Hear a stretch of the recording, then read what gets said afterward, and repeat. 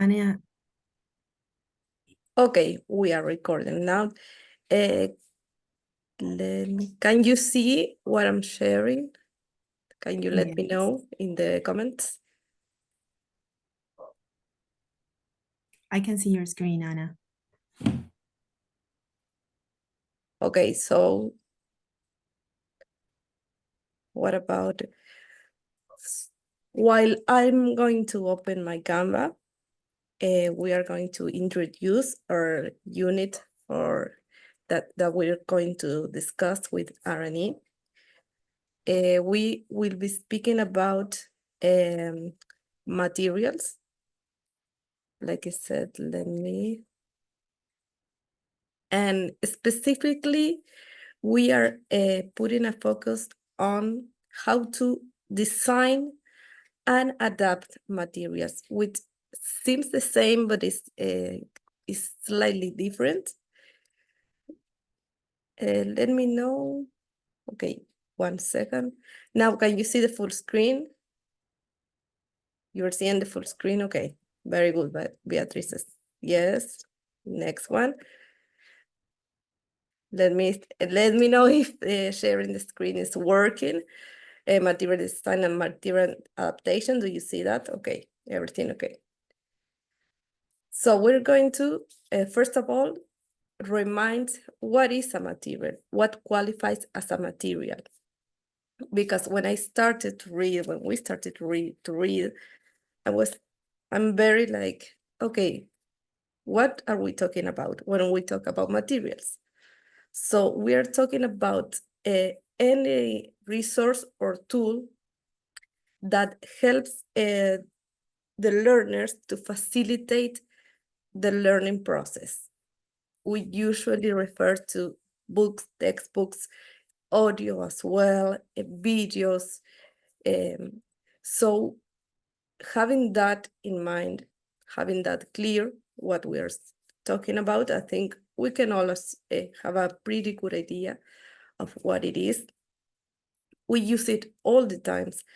I don't know, I was thinking about when teaching a second language, we use a lot, a lot of adaptation, a lot of designs. We put a lot of thought and effort into the materials. So I'm going to, because, okay, very good, now I see. When creating and adapting materials, it involves different aspects. One of them is the language content that we are using within the resource. We're going to see during this webinar, this presentation, all the sides of adapting and designing material. So it's one of the things that we have to have clear is what we want our students to be able to do with that. And we were speaking today in our meeting. We had earlier our didactics meeting about backward designs. And this is a very clear example. Okay, what I want the goal to be, to always have that goal in mind. Why am I designing this material? Why am I adapting this way? And another thing that this is very attached to Martin's presentation from last week, because we have to bear in mind our students' needs and the diversity. Okay, 1 second, that is another person. So I think there's another person trying to come in. What? I have just admitted Agustina and somebody else. I forgot that I made you, yes, a host. Wonderful. Very good. Thanks. Sorry, Anna. I didn't want to interrupt. No, it's okay. I heard the ring. One more. Okay, so when creating or adapting materials, like I was speaking before, we have to think about different kinds of things. Our teaching context, in my case, I was in our meeting in person, I was thinking about what resource do I have? The TV, do I have a TV? Okay, do I have access to photocopies? Do I have access to computers? Our teaching context, and of course, the community. The students, of course, is the main thing. And the relevance to the learning objectives. What am I looking for with this material? Why am I doing this for? The alignment with assessment criteria. And also we're going to see that we cannot forget that we are part of a syllabus. We are part of a goal within the general view. I don't know if I'm expressing myself well. For example, now we are developing our thematic units. So within that, we have to say, okay, what criteria I'm going to adapt within this assessment? How am I going to do this for? And the variety of media and formats. Also, I think that, again, thinking about the context. We have a lot of materials, a lot of formats, I'm sorry. Now, I think, for example, the use of cell phones, the use of technology. And we're going to speak later on about the cultural and context appropriateness. So is it relevant? Is it engagement to the audience? Okay, what ages do they have? Is this appropriate? Is this good according to their level? Can I sustain this? And that could be a challenge when we usually have very mixed ability groups. We do not have like the same level of English in this case. So adapting is always like a priority in order to everyone engage within that material. So like we were talking about, there's two aspects, the design and the adaptation of the materials. So in order to the design, we're going to focus about, I wanted to read a quote of Brian Tomlinson. And the materials will be available, it's already available in CREA. So materials development is a study that is undertaken, it's a practical undertaking. And as a field, it studies the principles and procedure of the design, implementation, and evaluation of language teaching materials. Like I was saying before, it has to align with curriculum standard, with the syllabus. We're going to see again later on about how can we incorporate the authenticity. Many times we use materials that, for example, from a textbook is not authentic, but how can we adapt it? What input can we give to the material? Again, how can we integrate technology that nowadays is a big part? How can we prioritize an aesthetic design in order to achieve the goal?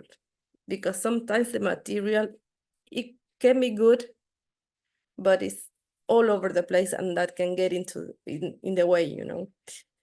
And promote sustainability in the classroom.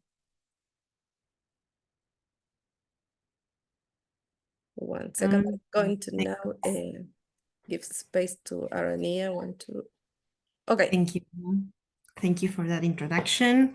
Well, most of the things that you have mentioned are like detailed in this 5 design principles for language learning materials development, which is also recommended by Beatriz. And we found that this material was really clear in terms of the concepts and the practicity in which they provide the examples, right? But I think that whenever we read this outlining, we can figure out what we are talking about. So let's read them. Aesthetics, scaffolding, authenticity, affective and cognitive engagement, and revision, right? So now we're going to look deeper on each of them. When we are talking about aesthetics, it's very simple. Just try to pretend not to watch at this moment at the screen, right? I'm going to ask you to do this for a moment. Don't look at the screen now. If I tell you, what do you prefer? Working with grammar or with a song? What would you say? Type in if you want to write your answers, or you can speak aloud and you can say your answer. What would you prefer to do?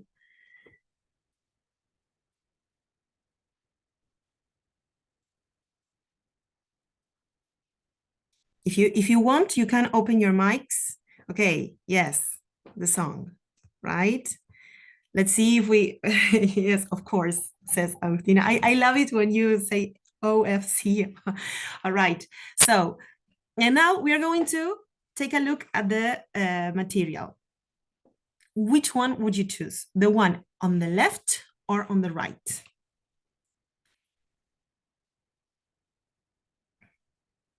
The one that says, on the left says grammar and the right says, should said no. Well, so clearly this kind of things, making appealing materials to our side is really relevant. When you, at first sight, you see the grammar material and you say, how nice, it's beautiful, I like the type, the colors, the distribution. And then when you look at the other one, you say, oh, it's kind of boring and overwhelming. And this is something to consider when we are creating or adapting. Most of the time, if we have to adapt, the materials have already been done. So these kind of things are usually the people that edit that material has done it before. But if we are doing it, it is worth it to consider that, okay? Yes, the one with the Taylor Swift song. It's, I mean, if you don't know the song, if you look at that, I'm answering Agustina now. If you look at the song, you say, I want to do that, but it is so charged. You have no blank spaces. Everything is like put it in the same place. You have many activities to do that are not intertwined among them. You have to work with phrasal verbs. I don't know if you can see the screen now, but it has too many things, right, to work with. Well, let's move on to the next one, scaffolding. This is something that we have already worked with in terms of when we work in lesson planning, right? And it also applies for the material design. These two pictures show us like a way of the way in which we think. The blue squares are the items of knowledge that are expressed on the on the answer, right? So me as a teacher, I expect my students to fulfill these things, okay? To give me to provide these answers, all right? But then my student has blanks. So if I show him or her isolated items of knowledge, it would be more difficult for him or her to come up with meaningful understanding of what I want to convey, right? So it is difficult to guide the students if we don't have a thread, right? So there on the right, you will see the difference with the scaffolded version, let's say, in which you have considered that they will have blanks, let's say, okay, they won't know everything, but they will have some hints, right? So if you connect the piece of information that they already have and the one that you want to introduce, it will be more, it will be easier for them, right? So now let's move on to authenticity. Sorry, and the scaffolding issue here, it says it recommends us to break it down, right? It has many things to take into account, okay? First of all, visuals, rely, okay, taking something, if you want to, I don't know, I remember once I worked with my little children in primary school, and I brought a bag from the supermarket. I have just done my shopping, and I took my food, let's say, and I put them on top of the desk, and they remembered easily those. I mean, more easier the objects that they saw and they touched, rather than those items of food that I only mentioned. Suppose I said banana and I took bananas, and banana is very similar to our L1, but then I brought, I don't know, suppose orange, right? And then I just mentioned, yes, and apples as well, but the apples were not there, so they wouldn't remember that word in such a fluent way. And then it also talks about the use of first language.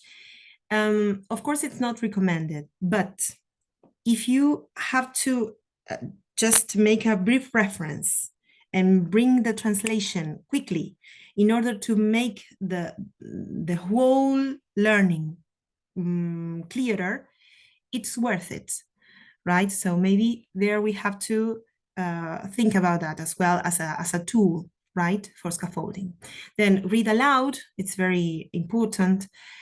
Not the teacher reading aloud, but also the students. And it is a very good way to develop comprehension and speaking as well. Then modeling gestures, then proposing them to work in pairs and try to be self-aware of their learning process. Okay, not in terms of comparing with their classmates, but in terms of building a teaching community, let's say, with other students. Now let's go to authenticity. Well, this is a great issue because nowadays we have plenty of materials on the web, and we can find them whenever we want, and it is a good thing, let's say. And it gives us a possibility to also introduce them to a world that is full of English. We're all the time connected with it. They even are in touch with people from other countries when they play online and so on and so forth. But it is also important to show them like I don't want to say this. This is my opinion. I'm sorry. I'm going to tell, because sometimes when they interact with other people online, they are not accurate as we would like them to be. So it is also important to show them that there's also more, I don't know how to say, correct part of the language that is in this world of magazines, newspapers, and so on. Yes, just a small clarification. When we are speaking about authenticity, sorry, we are speaking about real world materials. That's why we put the images of the newspaper, how to use authentic real material about real events. For example, I remember when I taught elementary 4 years ago, or I don't remember the last one. Yeah, it was the Olympics. So I used the real news of the Olympics in a way that it involves new material, but it's real life. Only that. Exactly. You also, I would like to make a mention here because we didn't introduce it, but I would like to. When I visited Anaclara, she took a YouTube video to make a listening comprehension activity with the game in between. And it was amazing because when I saw the video, I told her, well, it is amazing, but the problem is that many of the information is connected to the image. And she understood, I mean, she coped with that difficulty of not being able to show the video and just listening an authentic material because it was taken from YouTube. It was not prepared for them. And I really like that. Well, let's move on. The affective and cognitive engagement, of course, this is really important. Today we were talking about the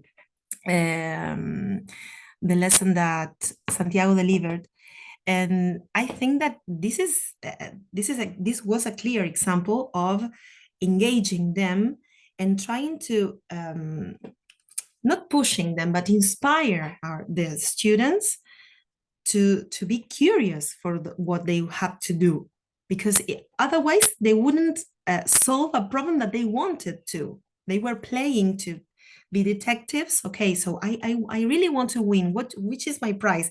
Knowing who stole the teacher's dog. Okay, so let's ask, let's check what is the wavy hair. What otherwise, if I just show them the photograph of a wavy hair, a person with wavy hair, and I don't know, the car that says wavy, they won't be that inspired to connect. That was a good example.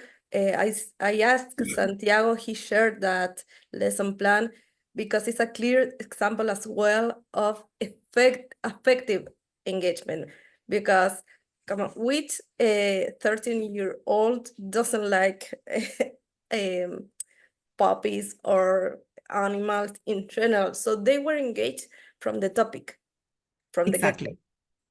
the Exactly. I totally agree. If you Well, let me just add a little comment made by his CT. Well, he was kind of outside. I don't know if he went outside for a reason or if it was after the feedback. I don't remember. No, it was while before the feedback. One of the lessons he designed previous to that one, to the one from the visit, was related to he used artificial intelligence, and he made Messi speak to them as if he were kind of there on the screen. And he said, you know what, Santiago told me that you were about to start to talk about your family. Let me introduce my family. And so this being who represented a real being talked about his own family, showing pictures and so on. And so he also said, and I know that you're very good students because Santiago told me that, and I know that Nancy, your teacher, is blah, blah, blah. So she wanted to share that information with me, but I said, well, of course they're going to feel like in heaven, because it was Messi apparently directly talking to them, you know. So that has to do with this affective and cognitive engagement. Well, now we have this tool, artificial intelligence, that we could have done that in different ways by adapting, let's say, in older times, photographs and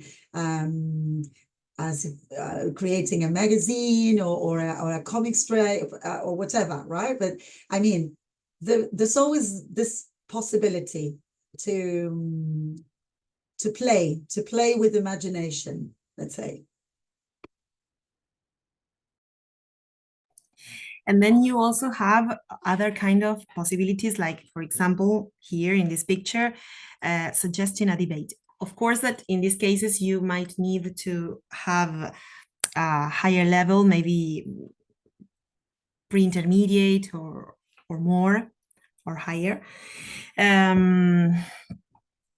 because they really enjoy giving opinion, right? And their voices are also very important for us as teachers. So it is always welcome to inspire them to provide an opinion or something. Suppose that this topic, school begins too early for middle and high school students, and they will love that. Imagine you might spend the whole lesson of 45 minutes discussing this topic because they will want to say something about it. It's connected to their real life. And then we have revision. And I would like to read this quotation of Tomlinson that says, "Good materials developers are thinking developers who have confidence in their ability and materials, but are prepared to rethink and revise their principles and beliefs in response to further stimulus and information." And this is not only for the students, but for the teachers as well. We as teachers are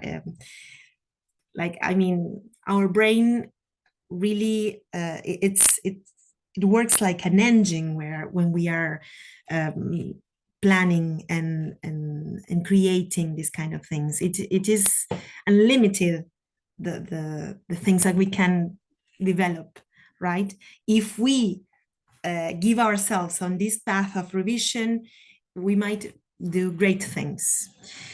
Well, so let's move on. Another important material that we found, which is some of the concepts here are really intertwined with the 5 principles that we have just seen, is the material design in language teacher education. Well, in this case, what we chose to do is to extract the topics, let's say, because the author provides many examples that are really worth it to read, but it was really extensive. So we chose clarity. It's like a summary. Yes, it's like a summary. More clear. Sometimes less is more. This is an Exactly. example of material adaptation. We adapt. Exactly. We are adapted. applying the principles here. Yeah. So, for example, clarity and design. Which, if I tell you, your material has to be clear and the design has to be appealing, what do you connect? I'm asking you, the participants. If you want, you can open your mics. To the 5 principles. I'm reading the chat as well, just in Sorry? case. I'm reading the chat just in case that somebody doesn't have the mic. Yeah. Okay, you can open let's your recall. mic to answer. Let's recall all of them. It was scaffolding, aesthetics, authenticity, affective and cognitive engagement, and revision. What do you connect to this kind of topics? Clarity and design, the one that are in yellow.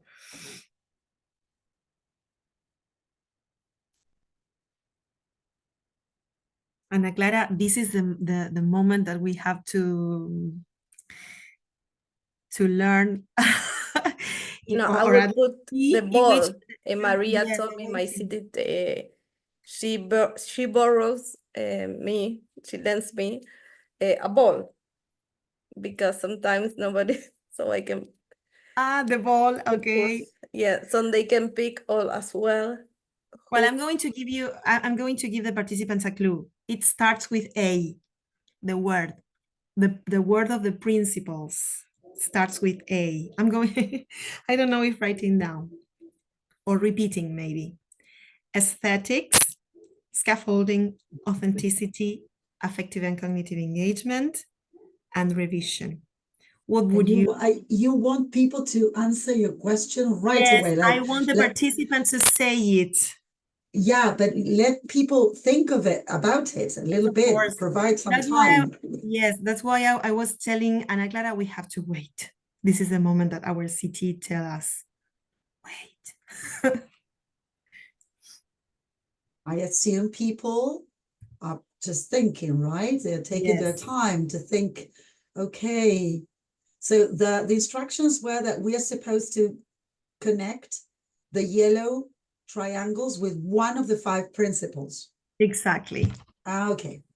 I'm going to just type in the 5 principles because we don't have it here. They should have Right. Good. You know, that's kind of a resource. You just add some extra information. Darío wrote something. He answered, yes, exactly. Darío was answering in the chat. Yes, very good, people. You're right. This is authentic. Sorry, this is Darío. You're right with that answer. It is aesthetics. The more that we put in our materials, the most confusing they can be. Okay, so we need clear instructions, clear layout, blank spaces, and an appealing design, if possible, introducing visual aids. Okay, this is of a great help when we are designing. Then the skills, the author mentions that it is important to integrate them. And I recall what we have been talking about Emiliano's lesson on the second visit, in which students were supposed to read and speak as well. Am I right, Emmy? Correct me if I am not if I am wrong. But yes, you're right.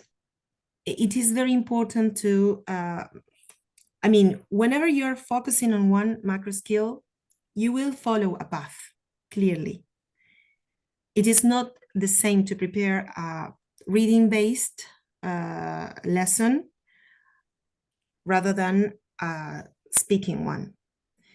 But we need to connect all the time the skills, right? Then the length, which is much connected with the pace. And this is something very important that came up as a topic during our today meeting. Because what I found out is that sometimes we tend to think that this won't be enough, and we overload the material with many activities. And it is okay, we have to take the time, as has just Beatriz mentioned. Okay, I think that they are thinking. You have to wait for them sometimes. So there is we need to have a balance between the time that they should need to fulfill the task, and also bear in mind that Anaclara is going to go deeper in this topic, but they might be students that also can finish faster. So how can we cope with that situation? And then the level and the outcome, right? The level has to be challenging, not overwhelming. And the outcome has to be an evidence for us to know how they are learning and what they are learning, right? So, Anna, I think it's your slide now. Am I right? If you can try to, yes, that you're seeing the chat. Just one clarification, teacher, that Milagros says that she's trying in the waiting room, but I don't have anyone in the waiting room. But she sent me the picture. I don't see anybody in waiting. But I told her not to worry. that this is being recorded right now, as we said, and it will be uploaded to our YouTube channel. I'll check. Maybe you can tell her that she may leave the session and try to access it again.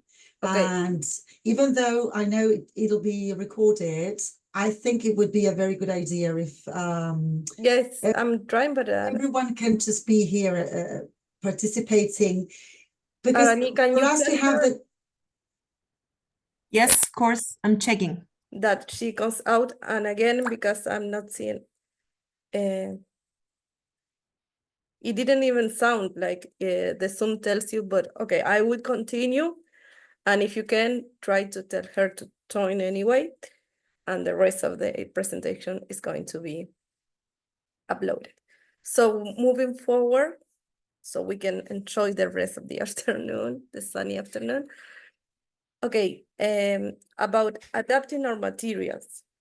Like we were speaking before, and even starting with Martin's presentation, adapting the resources that we have for our students' need. Another point, major point, this is like bullet points, then we're going to delve deeper into this. Allowing flexibility. Beatrice knows that sometimes I struggled in the past with this, because, for example, I'm very like, this has to be like at a certain time and place, and high school is public education is chaotic, it's unpredictable, and you have to, Gabriel Diaz has a quote that leave room for the unexpected. So again, being flexible with what you do, involving there, I heard the bell. And ensuring cultural relevance that I mentioned before at the beginning of the presentation. Integrating technology. We were speaking about Santiago's lesson plan, about he not only adapted material, but he created new material with the use of technology. And I remember that for my literature midterm with Gabriela, another classmate, we adapted a script of Gulliver's Travel into a video with AI, which it could be like a new material to have. And maintaining the core learning objectives. So modifying the resources for our students' needs. I don't know if you can see the full picture. Let me. Okay. Why did in the left, what do you see? Let's rephrase. What do you see in the left side? And what do you see on the right side? What can you say about it? If it's like two sides of a coin, but what do you see on each side?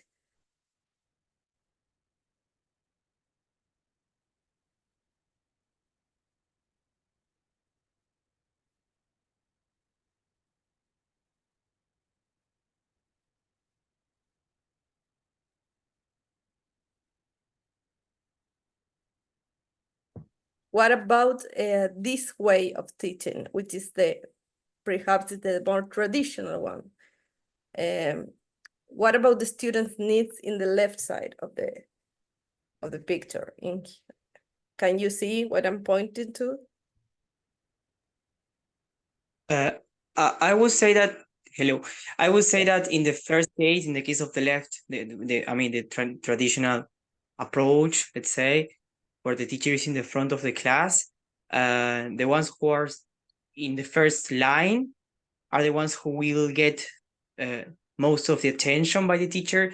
So that's why we sometimes call the ones of the back, because they are the ones who won't pay so much attention, maybe, or whose needs are not going to be covered as properly. And maybe that's why some students prefer to sit there, because they know that the teacher is not going to reach them as she or he does with the ones in the front. While on the other case, the teacher goes and talks with different groups and tries to engage students and to see what is happening. I don't know if that's what you're expecting. Exactly. When we think we are thinking about students' needs, we're thinking as well about student diversity. And that's why our unit was very related to what Martin explained before in the last week. We are used to teach like in the traditional way, in the traditional format, when the class in reality is more similar to the one on the right. Everything, a lot is happening at the same time. We are the role of I lost the word for it. Monitor the student. You're going through different, for example, when they gather in groups. You have to check that how is everybody working. So this is an How example. about Anaclara? Darío wrote 2 comments in the Oh. chat section. Let me see. I was answering him. Very Maybe we good. can Thank read you, them Anna. aloud. Anna, look at this. Yes, you were talking about different kinds of interaction with the material as well, because not everybody is going to react the same way to the same material. Okay.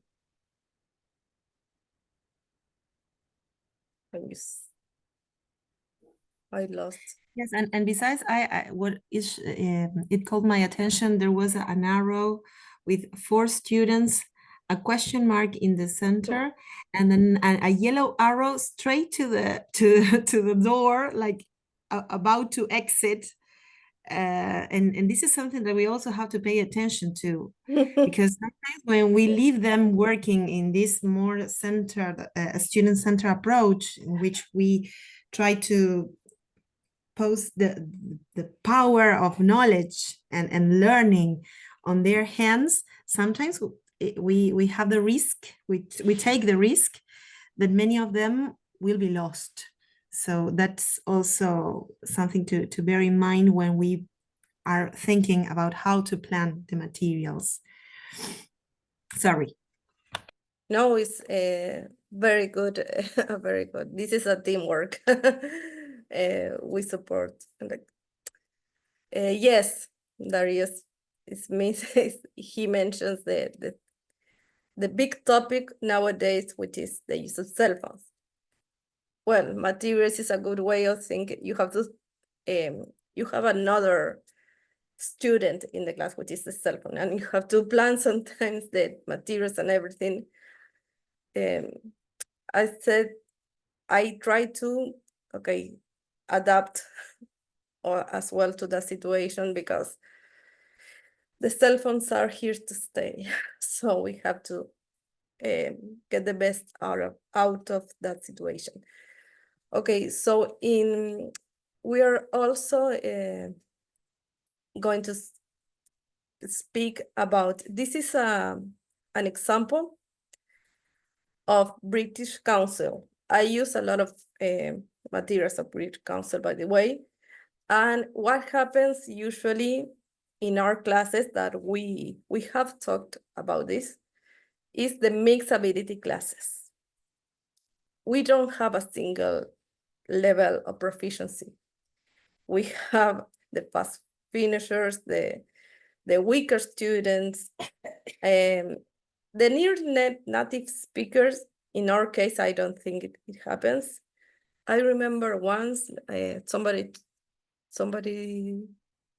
told us that she had a student in primary that he was from Canada or United States, which you have to take into consideration as another level, not only proficiency, but he's a native speaker. But how can all those levels benefit from the materials and from our learning, from our teaching? And adapted materials for those different levels can be, time consuming. And if we don't take that into consideration, it can have an effect on the student motivation.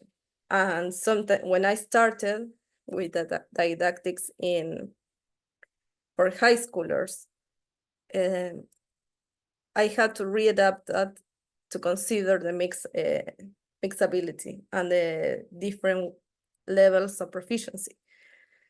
Because if I take, let's say from British Council, a material that says that is for a B2 level of proficiency, and I don't readapt it and I leave it as it is, and maybe I'm thinking about my class now, I know that 5 out of 30 perhaps is going to follow the lesson, is going to adapt them, it's gonna absorb the materials very well, successfully, but the rest is going to be behind, and it can affect their motivation for sure.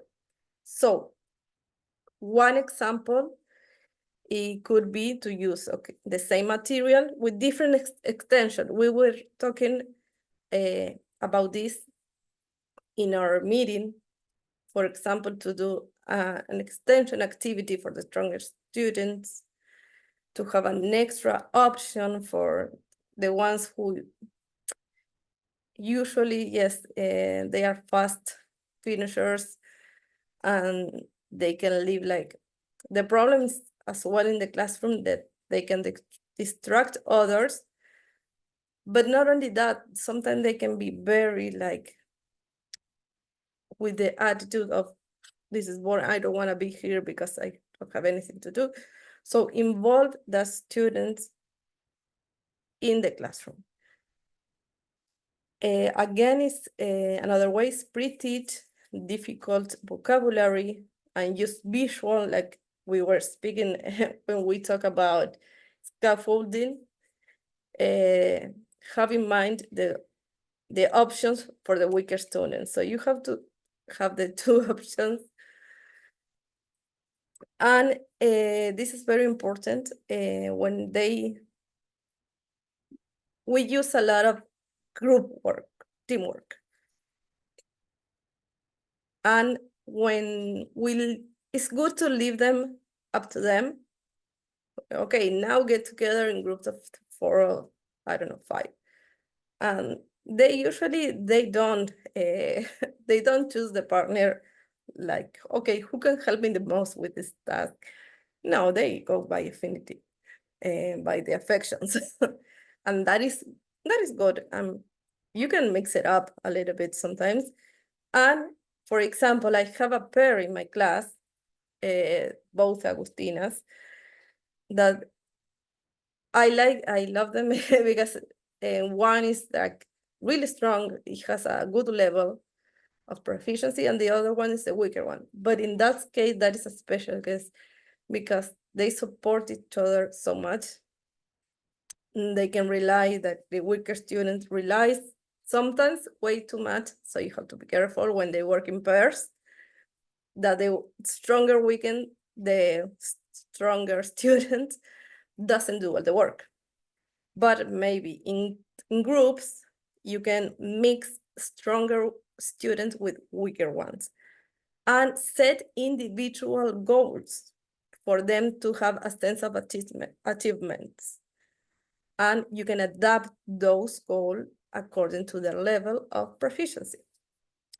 And this is something that I wanted to do, I haven't yet. I wanted to write a piece of essay, a piece of writing. And then Maria, my city, suggested that I could have encouraged peer correction. Okay, for them to see the essay, okay, now exchange with another classmate, and what would it change? What do you think? because it's not the same, the pair connection, the peer connection, the peer affection. It could be as well a very useful tool. Okay, I'm sorry, I don't know why it goes over there. Wait 1 second, please. Oh, there. This is going to be uploaded on the PDF. Okay, this is an example of a workshop, an English teaching, an English teacher, sorry, that she created this kind of okay, how to adapt the 4 macro skills, what extensions can we do for the stronger students, and the support we can create or adapt to support the weaker students. And this is, it's long, it's very clear, it's very good. This is based the website that opens all the time in the slide before is this: adapted materials for mixed ability classes from British Council. And this is an article by a teacher. Okay, it was published in 2008. And what it says, we adapted again this the table into this for you to have and take a look at it afterward. And another piece of the puzzle, let's say, it was ensuring cultural relevance. And the first thing that we thought was the use of the textbooks that we have within the syllabus and within, I think, the National Inspection of English and ANEP, Living Uruguay. And we have Loving Uruguay now, which is from primary. And Martin, you work in Uto, it has another one for you to write. It's how is it? Yes, it is working in Uruguay, I believe, instead Working of living. something like that, yeah, because they are very Working similar. Uruguay. Loving That's Uruguay. true. Or loving, yes, loving. This is living. No, that is loving is primary. It's very similar, the name. That's why I get it mixed up all the time. So it's a text in our case about secondary, Living Uruguay. There's a textbooks series designed and adapted for Uruguayan students. It has a lot of cultural references. The primary one, I took a look at it. It has perhaps more. It's a big book because it's one single book that has from 4 years old to the last year of primary. So it's a big book. And the other one, we have a series, one for each year. And again, Utu has another one that I think that is for also, there's the website. In ANEP, in Políticas Lingüísticas, in the publishing, there's a special web about all the publications. Because nowadays we have way more material from ANEP than before. And again, this is the educational standard aligned with the cultural references. And another big, another part of this is integrating technology. We talked today as well, we talk a lot about Santiago's lesson. This is all improvised, but I think when we talked about that, we talked about gamification. It's the use of games when creating or adapting materials, but it's not game from a perspective of competition and without to spend the time. Gamification has an educational purpose. Okay, for example, EducaPlay, I don't know if everyone's familiar with it. EducaPlay is a clear example of gamification. we have another ones like robotics. We don't we don't have it in where I am, but I think that there's Scratch, for example. There's a lot of way more technological resources in Ceibal, with Ceibal nowadays. Smart classroom, it has, for example, Google has a virtual classroom, and VR and AR, virtual reality and augmented reality technology that I'm thinking when with Araní, we have the unit of technology that we are teaching, our thematic unit. And for example, I was thinking about doing a visit. This is improvised, but let me say it. Virtual reality museum.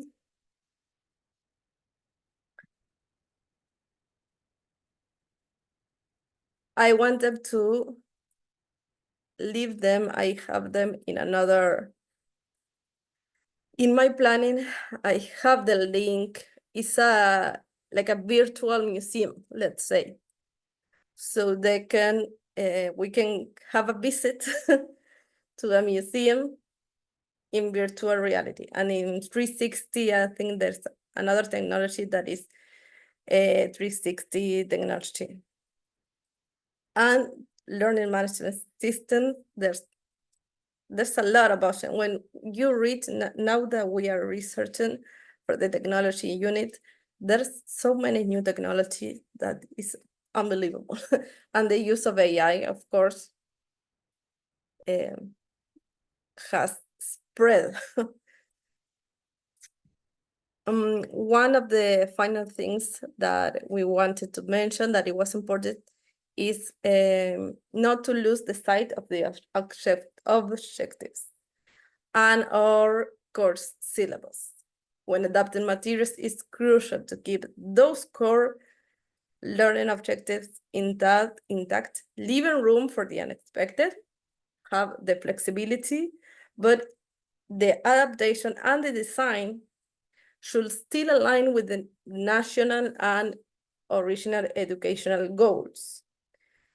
Making sure that the way that the content we are creating or adapting is focused and effective. And I put in here, let me see, I put the National Inspection English, that you have pautas y programas, bibliografía, desarrollo profesional. I wanted to show you, give me 1 second, please.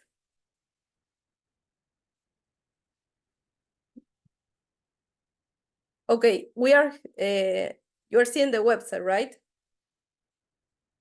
Yes, yes. So we can are in Loving Uruguay. This was delivered to the school as a one book. So imagine all of this. Then we have Informática Bilingüe, audios de working Uruguay, experience in English. This is new. I think this is for the ones who work, who go to the night shift. We have, okay, the lesson plan. The ensemble is the same, is for French. And we have a lovely Living Uruguay, English Unlimited is another project. So we have a lot of materials now. Let me go back. I'm going to put the, if you want the link below. I put as well the Educa Play, I'm sorry, Uruguay Educa. Now I can access. Uruguay Educa has good resources as well that you can adapt, or you can work with that. I remember that I took a course about the Uruguay Educa about upping your lessons. And it's about creating, I learned to use more effectively different apps. Like I say Educa Play a lot because the course revolves around that, but now I think there's even way more quizzes. You have many new technology. And this is from Araní. You were going to say this, right? Yeah, this example you were going to share. This is an example from her. Oh, yeah. I don't want to sound like a detractor of technology because you have been like promoting this, and I'm going to say I don't like technology. No, more than promote, it's a way of showing Exactly. how the cultural relevance aspect. I use very little from the books. I extract what I can work with, but Exactly. it's not like I follow the book religiously.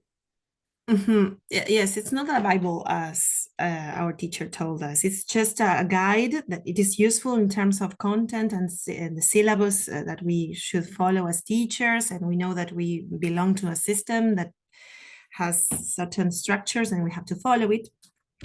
However, as the song says, I can get no satisfaction from these books. I'm sorry. I have to confess that.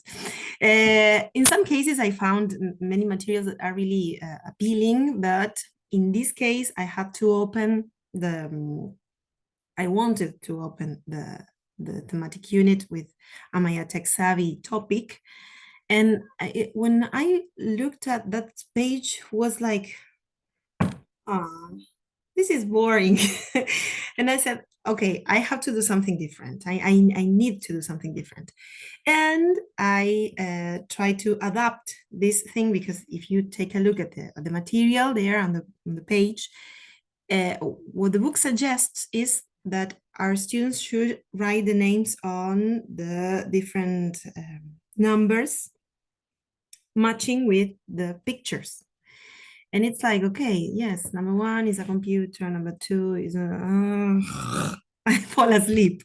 So I said, okay, let's play.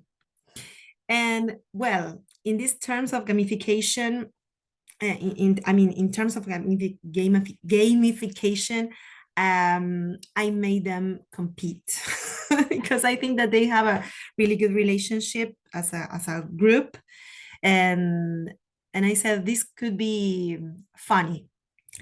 In some cases, making a competition could be dangerous as well. But in this class is, I could do it. So I said, okay, let's play a tic-tac-toe, right? And I tried to do it with through CREA and so on and so forth. I tried hard with the technology, but I had to I don't know, how do we say sucumbir? I don't remember it. But I again went to the paper-based and I printed 9 pictures in an A4 sheet of paper. These 9 devices, I put them on the whiteboard and I told them, people, to the weaker students, please come and write the name of each of these devices. They could do it very well. And then I asked them to split in halves, and one part of the class would read a question to the other group that would choose one of those devices. For example, if I suppose that Anaclara is playing against me, right? I am the circle and she's the cross. So I tell her, I want to mark my circle on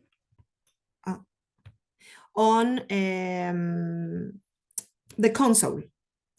And she would take a card. She would have 9 cards with a question for each device. So if we show the next slide, Anita, there you have this moment of the quiz. You have to ask, the students should ask the other group the question and give the 3 options. And the group that have chosen console should answer correctly. If they were accurate on the answer, they could do the mark of the 0 or the cross. And well, at the end, there were no winners. But I mean, some of the questions were not that relevant. I remember that we were talking about numbers because they were mixed up with how to say 1977 in English. And we have to, I mean, I want them to practice these kind of things. And at least they were engaged at the beginning of the lesson, of the thematic unit. So let's move on to the next one. I think that we succeeded as a whole because it was engaging for the students.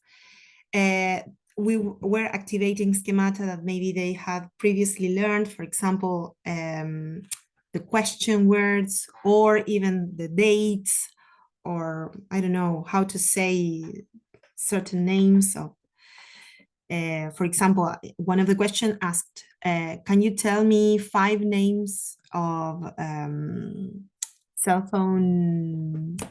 I can't come up with a word. Marcas? Why did I forget that? Well, I wanted them to tell me, I know, Samsung, iPhone, blah, blah, blah, which is not English particularly, but it is connected with real life as well. And then, well, challenging them because some of them didn't want to speak, of course, and didn't want to say the answers because they were very difficult for them, for the weaker students. And their classmates, which were like higher in the level of proficiency, told them, you have to say like this, blah, blah, blah. And it was really amazing seeing them, how they got involved in helping their classmates. Well, so now, Anna, take the wheel, please. Yeah, this is already to wrap up. Okay, to sum up, when adapting and creating materials, bear in mind the objectives. Do not lose sight of the objectives. Remember backward design that we've been talking about from the morning. What am I aiming for? Why am I choosing this over this? Why am I adapting this way? Remember the context. What resources do I count on? Also, I think more as the year goes on, you develop a certain relationship with students, and you get to know them in the different levels of proficiency and as in their personality as well, because as Araní was saying, she already knew that they were going to be shy students. And I know which ones are going to struggle with that because now I know them more. And we do not have a group of robots, thank God, so everyone is different. But also have in mind the relevance and when adapting, relevance and adaptation, and the cultural maybe reference that you can choose, you can adapt, you can put an imprint of perhaps, I don't know, when debating, you can mention things like mate or I don't know, something like that, even from food, from every topic you can bring it. I like the two sides. I like that in the books of when I studied, they took me to places where I have never been before. For example, I learned the typical food of England, the typical food of other countries, how other students lived, what is a pen pal, what is I learned different things from the world. So I think it's good to have a balance of the cultural references, of their reality and their context and how they live, which is not the same as a young student in United States or Canada or whatever. But I think it's good for them to have that, like that view. I always experience books as a way of traveling. You know, I travel through those books. And we mentioned before the engagement and aesthetics, because it's important to be visual appealing. Be careful with over, especially in the presentations when we were making this presentation. In another subjects, like history or pedagogy, I tend to put a lot of information in the slides, and the teachers told me sometimes less is more. Make it aesthetic is not a way about being only like pretty on the colors, that helps, but sometimes when it's more clear and you know, when you first encounter that material and it's not so cognitive loaded, it's more efficient. So I'm having that in mind. Sometimes less is more, because I think everything is important and I put everything into the slide and it's way charged.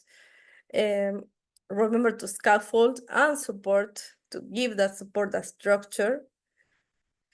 Them having in mind the fact that everyone is, we have such mixed ability groups is really important. And to pursue the continuous improvement. There's always room for improvement. There's always new technologies and new books and everything. The use of AI, for example, nowadays is amazing. What you can do, what you can create, what you can adapt, everything is amazing. I use it for the midterm and it was such a wonderful experience. And okay, oh, I went over there again. Sorry. May I say something? Yes, of course, we are already finishing, so questions. Okay. This thing about authorship, sometimes we may find Yes. a nice picture or text or whatever. So bearing in mind that if we are adapting, we should somehow acknowledge this has been taken from and adapted from, and this is a free adaptation. But actually the adaptation becomes you become the authors of the adaptation. So later on that material can be shared or used by other colleagues. So acknowledging the original, where the original material was taken from, but then the fact that you adapted it. So beyond, and this also provides, in my opinion, like a piece of teaching to our students as well. They may not notice that, or maybe you don't even pay attention until like, okay, this has been adapted. But this thing about taking care, be responsible for the materials we use. Sometimes when they take this thing about cheating or just copying or just using artificial intelligence without feeling that they take advantage of it, but they don't acknowledge they're using it, is a healthier way of seeing that everyone can somehow take something and make it useful for a different purpose, provided you acknowledge, let's say, authorship. This is on the one hand. On the other hand, I just shared an article that addresses this difference. Let's say this comes from Widowstone and also has been also addressed by other authors and scholars, the difference between authentic material and genuine material, and why authenticity can be claimed as a key factor for like English language teaching So what you mentioned, we can take something and let's say create an activity out of it in a very boring, non-appealing, or just like a straightforward way, or we can profit from realia, right? Real material. But then we need to adapt that material to our students' needs, a student's level. But that doesn't mean that we are supposed to make it easier, because sometimes we can go for this kind of equation. I can still use the original piece of work, even though it may exceed students' level, right? So it becomes challenging, but I can think of activities that may be connected to reading comprehension, one of the skills, the macro skills or whatever, that would suit the need or the level. So students' needs or students' levels. But then authentic material provides this, which is, okay, this has been taken from a real life source, you know, and in a way that also provides some extra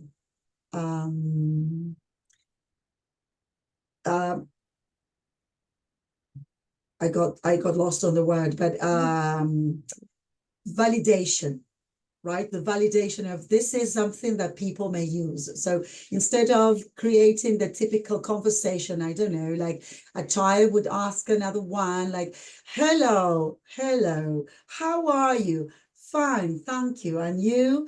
I'm fine. Those things that are very arbitrary and unnatural, maybe you can just record, take a piece of a video from 5-year-olds speaking, you know, so that is authentic, and then you adapt that authentic material to the lessons goals and the lessons or the thematic unit or your students, what you want your students to be able to do or to know about that content. So more or less I wanted to focus on those two items. Yes, another thing that I wanted to share now that you mentioned the contribution. For example, here we have the pre-pick page. And if I use this, it's an attribution require. How can I attribute? So when you use the picture, you can, if it says attribution require, you can say, okay, where did you got it from? In fact, I think, let me check.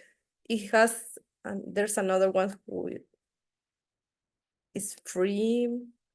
Okay, I lost the slide. Over here.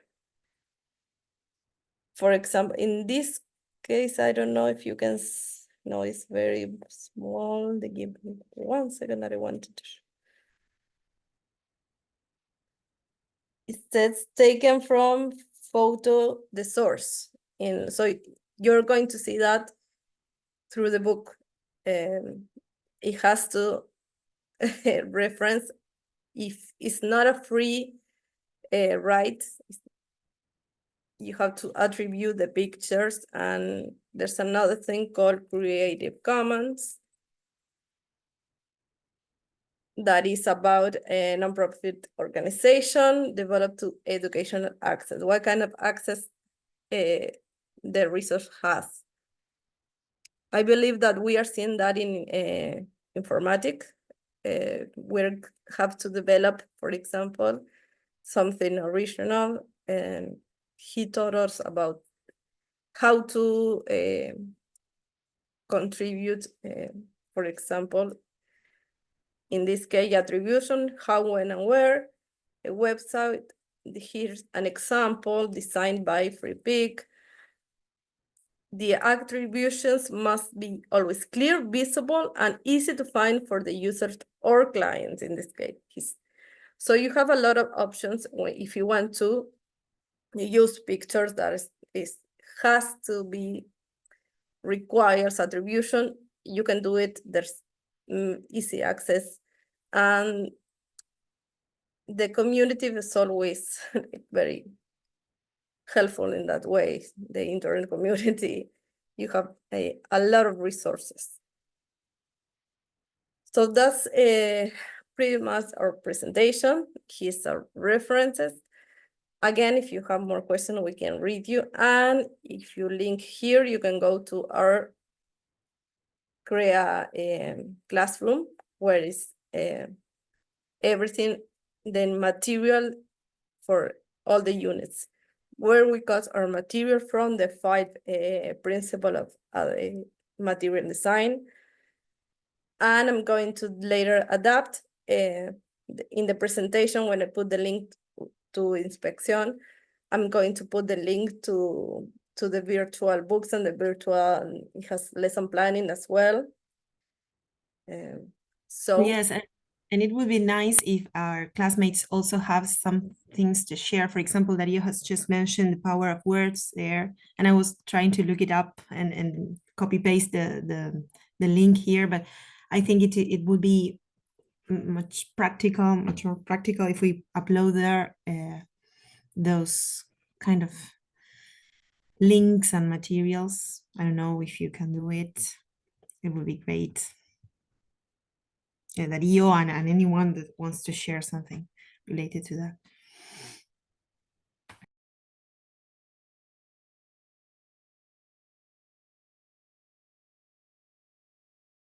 Oh, thanks a lot for your time, your patience. Any other question? any question, we'll read I the would like comments now. other people to speak, Yeah, of course. to make comments or to share what they've been thinking during the presentation. In this case, in this recording, it records the comment as well. So, and I'm using, it's something that said like summary, an AI in Zoom for the first time. So after we finish, I'm going to see what happens. It's- I think Yeah, it's- I'm very curious about that too. I activated it too, so I'd like to know how it works. I'm going to see how it works I'm later. afraid because I have great. made many mistakes. I don't know what the hell is going on. Right, going to see but what you know, happens. Chat I think that it is also a tool that we can learn from, like just as Martin mentioned in his presentation, we can have this more comprehensive conversation with type of AI, and it may help us design material. Because, for example, I'm remembering some of the things that he mentioned, thinking of special students with certain special needs, students who may have specific learning disability, and so eventually we need to adapt materials to them as well. And you know, sometimes our students may have like as many differences and difficulties as the number of students they are, and we are just one person. Eventually we may be part of a group and have this learning community or teaching community, but then it takes time for us to adapt every single material. The concept, the regulation called adaptación curricular is something we have we have to do because it's our students' rights, but it's also something we don't get any kind of extra salary or time for. So profiting from this tool, AI, at the time of the same core, let's say, either the thematic unit, the lesson, the topic, the material, let's say you need to address unit 5 from the book. Okay, but telling this AI to, how can I differentiate this for this type of student, for that type of students, and then you may have like a number of different options, and then you can choose, and then you can create a very interactive handout that can have like different layers designed for different types of students, even in the grouping and differentiating the instructions and also the types of outcomes for those students. So I guess that this can be a very helpful tool instead of an enemy. We're so afraid. I've heard so many different like terrifying comments about AI. It's like we are going to be substituted by them, blah, blah, blah, blah.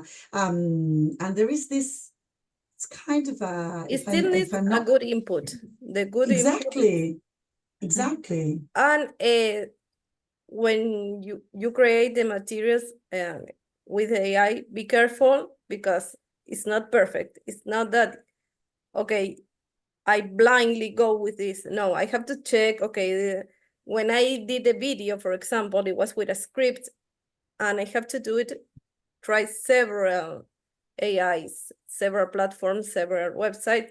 Okay, I have to readapt the script. I have to check that what it says went with the script. I have to choose the voiceover, like the narrator. So it's not like, okay, I do it and I follow it blindly. I don't check. It makes mistakes. It's a work in progress. The AI is not perfect. That's what I wanted to do. Okay, so later we're going to upload and it will be on our YouTube channel. And I'm looking Yes, forward to the I rest feel of the so presentation. proud of you. Like whenever, I don't have many subscriptions because I get bored. I get easily bored. So that's why Instagram is kind of okay. Just to think about doing this for 5 minutes, it really makes me feel bored even before starting. But having this channel that can then be shared, you can tell your colleagues and your other classmates and coursemates, we have a channel and we are posting several presentations on this and that, and it's as Martin mentioned, it can become something that you can use as your own creations, and then you can replicate but also use as material, and also like productions, because it is a type of production. So that this is great. That's why I wanted it to be originally like in this kind of a stream, but this works as well. Perfectly works. Okay, we're going to let you enjoy the rest of the day and the rest of the weekend. You. I hope you have some rest too. Yes. And you can enjoy this weekend. So thank you very much for everything. Thanks, You everyone. rock, girls. Finish the meeting and you. bye, everyone. Okay, bye. See you. Oh, it's such a beautiful cat. Yeah, one of my 3 cats, That's a big cat. So I beautiful. Enormous. He's giant. Yes. I'm into cats, Stop recording now.